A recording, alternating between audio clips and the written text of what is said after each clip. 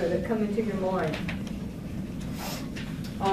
You can also use a journalistic perspective if it'll help you out. Is who, what, where, when, and why. It's like questions. Now, I want to say a thing about online collaboration. You're doing that with the discussion board. You're collaborating in class with the group labs. You're collaborating on the discussion board, but online, why words matter. I run into a lot of people, and it's like, they find out, what do you do for a living? I'm an English professor. Watch what I say. Really? I am a human being. But words online are important. When I respond in email or something to my students, and I teach a lot of online classes too, and I have learned that. That's something I love too. I'm very cognizant of the words that I use and the tone that that those words convey. I have been a little short before, and some students say, well, you don't have to be so mean. And I realize it's like I was answering a lot of email, or I wasn't feeling well, and I just wasn't too exacting with my words, and I didn't really mean it to sound the way that I know it could have been construed, and it was. Because if there's one thing I know about students, they never want to feel like they're being slapped up against the wall. I understand that. I get slapped up against the wall on occasion from not students. I understand that. So words really matter. So this part of online collaboration, this matters whether you're just doing general, if you're doing professional emails and it's communication, college communication is professional communication. It's academic communication. Unless you are emailing with another student or something, if you are communicating with professors or something, take your cues also from their tone. I know this about myself. I'm much more creative in the way I communicate with my students through email and in the class than some professors are. They're very curt, they're very abrupt, and that can often, or they just don't answer emails forever and a day. And I don't know how they could teach like that.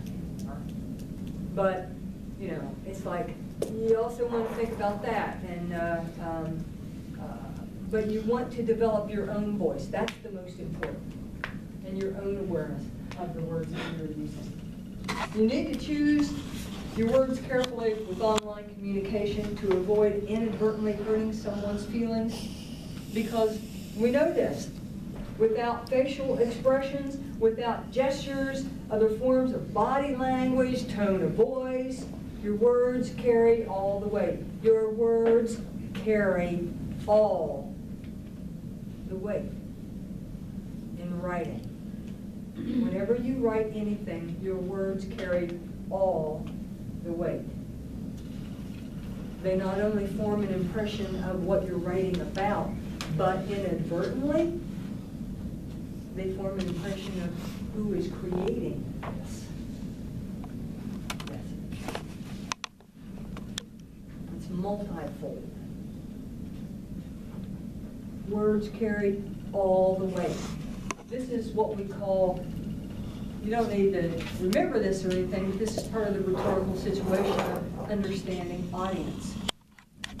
A lot of people talk about audience, but what does that mean? It means understanding how you're presenting and what you're saying. Joan Rivers died over the weekend. And one of the things about comedians is they have to test their jokes.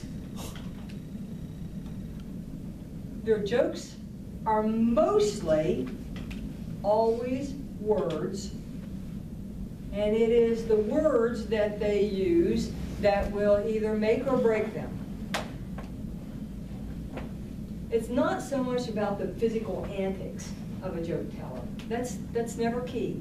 It is the delivery is part of it, but it is what is being delivered. It's the words. And I remember I did some reading on her,